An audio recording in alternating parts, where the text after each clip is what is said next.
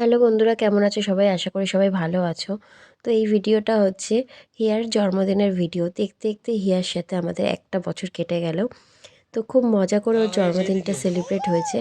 ভাবতে পারিনি যে এত বড় জন্মদিন সেলিব্রেট হবে। তো সেই কারণে খুবই মজা হয়েছে। তো এটা ওর দুপুরের লাঞ্চ ছিল, যেটা সবাই মিলে একসাথে খেতে বসেছিলাম। ওর ঠাম্মি, ওর দিদুন, দাদা ভাই, দিদি ভাই, ওর পাপা, আমি। ও তো খুবই খুশি।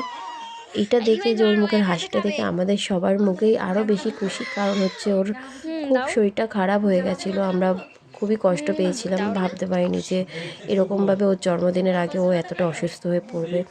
এত পরিমাণে ঠান্ডা লেগেছে, আর এমনকি না, জন্মদিন সকালবেলাটাও ওর জ্বর এসেছিলো। বোতলটা দেবে? তো সে কারণে আমি খুব টেনশনে ঠিক আছে ছিলাম যে দাদা। কিভাবে সেলিব্রেট ও হবে দেবো না। আর কিভাবে কি করব। আমি এত আবার লোকজন তাহলে বলা হয়ে গেছে। ঠাম্মিকে দিই। আর জন্মদিন ওর আমি জ্বর আবার এসছে ঠাম্মি বলে আপা। জন্মদিনের সেরকমভাবে আয়োজনও সেরকমভাবে আমি যোগ দিতে পারছি না। মুখে বিকজ মুখে মুখে মুখে আমি মুখে কিভাবে কি ভাত করব ভাত কিছু বলো ভাত। ধারণা করতে পারছি না। ও আমাকে হ্যাঁ, ছেড়ে ওই যে দাদা ভাই থাকতেই খাচ্ছে, ওই যে চাইছে দাদা না। ভাই খাচ্ছে, হ্যাঁ। তো আজকে ওকে ফার্স্ট দিয়েছিলাম নিজের হাতে খেতে। তো ও যেটা করেছে সেটা বলার মতন না।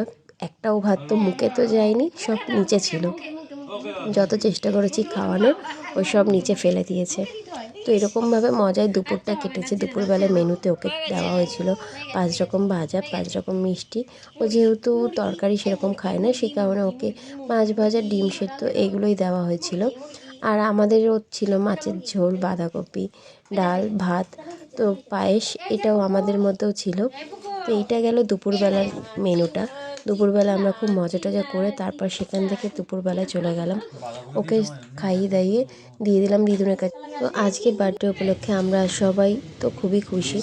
তো আমার ভাইজি অনেকটাই ওর পা ব্যথা নিয়ে অনেকটাই কাজ করেছে। ওর বোনুর বার্থডে বলে ও খুব খুশি। এদিকে রান্নার সব জোগাড় হচ্ছে, আর পিছনে আমাদের যে খাবার জায়গাটা সেটাও রেডি।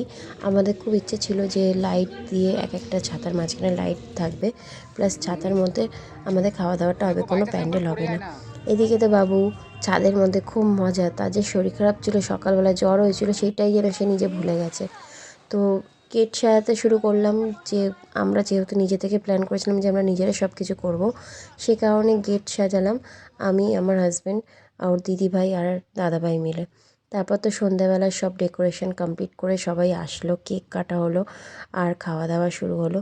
কেক কাটতে গিয়ে তো বাবু খুব মজা, উনি কেক কাটবেই, কেক খাবে না, কাটতে খুব ভালোবাসছে। তো কেক কাটার জন্য সব, ও তো একবার কেটেছে, মজা পেয়ে গেছে, তারপরে ও হাত দিয়ে যাচ্ছে, বারবার ও কাটবে।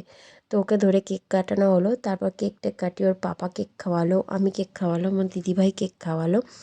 ও তারপর গিয়ে কেক খাওয়ার পর সবাইকে দিয়ে সবাই চলে গেল যে যার মতন খেতে। আমি তো ওকে নিয়ে ব্যস্ত। ও যা গিফট পেয়েছে সেইগুলো সরিয়ে রেখে ওকে, আমাকে তো ছাড়বে না, ওকে খাওয়ানোর জন্য আমি ওর পিছনে পড়ে রয়েছি। এদিকে নিচে সবাই মিলে ওর সঙ্গে আনন্দ করছে, খেলছে। ওকে বলছে এদিকে তাকাও। বনু, আমার আর একটা ভাইজির ছিল, ও বনু, দিদির মেয়ে, একটু সেও তাকাও, একটু তাকাও। ওরকমভাবে আর ওকে নিয়ে খেলছে। ও তো একটু খুশি, ওকে যে গিফট দিচ্ছে, গিফটগুলো তো বুঝতে পারছে না কি।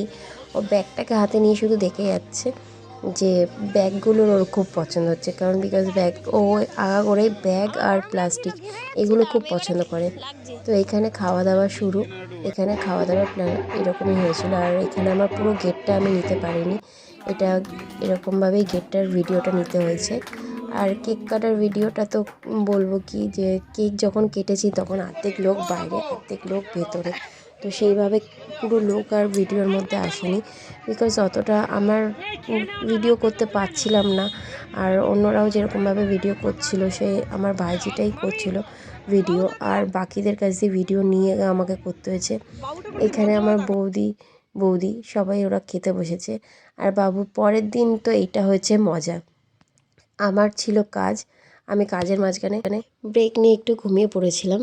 তো তার মাঝখানে দুই বোনু মিলে এই কীর্তি করেছে। দুজনে মিলে, একজন আমার গায়ের উপরে উঠে লাপালাপি, আর একজন তো তার ভিডিও বানাতেই ব্যস্ত। তো আমি যেহেতু জানিই না যে ওরা এই করে যাচ্ছে, আমি দেখি ঘুমাচ্ছি আর তারা পিছনে আমার এই সব করে যাচ্ছে।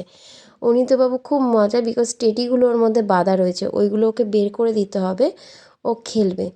তো আমি ওই টেডিগুলো সব বেঁধে রেখেছি। ও অনেক গিফট পেয়েছে। তো গিফটগুলো যেহেতু এখন যা গিফট পেয়েছে ওর কাছে সেগুলো এখন দেওয়ার মতন নয়, কারণ ও খুবই ছোট।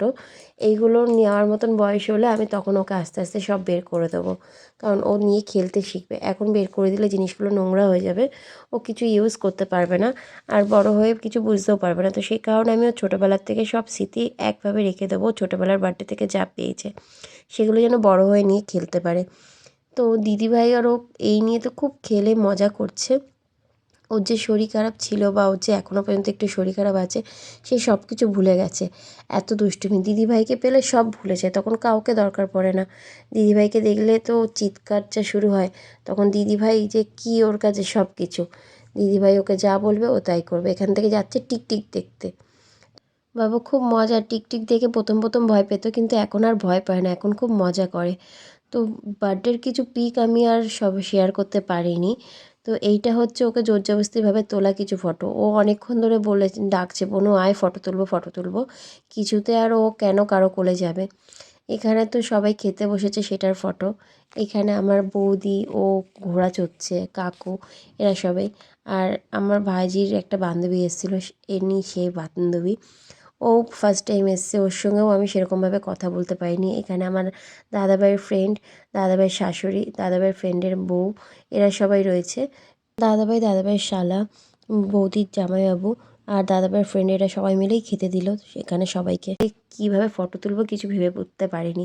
আমিও কোনো ভালো ফটো তুলতে পারিনি, কারণ আমিও কাজের মধ্যে ব্যস্ত, এত পরিমাণে ব্যস্ত। এটা হচ্ছে রাত্রির তখন 1টার সময় ফটো তোলা এসে, কারণ আমি আর অন্য দিনের মতন অতটা টাইম পাইনি যে একটু ভালো করে ফটো তুলবো বা ভিডিও করব। বৌদিও ফটো তুলে দিতে বলেছে, এমন বিচ্ছিরি ফটো তুলেছি বলার মতন না। তো এই করে আমার হিয়ার বার্থডেটা খুব ভালো কেটেছে আমাদের। অফিস থেকে আমার কিছুজন আসার কথা ছিল, তারা আসেনি, কিন্তু আমাদের অন্য টিমরা এসেছিলো, যেটা আমার হাজব্যান্ডের টিম, তারা। তো সেই কারণে তাদের সঙ্গেও কিছুটা টাইম স্পেন্ড করে অনেক দিন পর দেখা হয়ে খুব ভালো লাগলো। এইটা কি একটা জিনিস যে অকেশন ছাড়া কোনো মানুষের সঙ্গে দেখা হয় না, কারণ এখনকার দিনে এতটাই ব্যস্ত হয়ে গেছে মানুষ, কেউ কারো অকেশন ছাড়া কারোর সঙ্গে অতটা সময় দিতে পারে না। তো ব্যস্ততার মাঝখানে যে তারা এসেছিলো তার জন্য খুবই খুশি আমরা সবাই।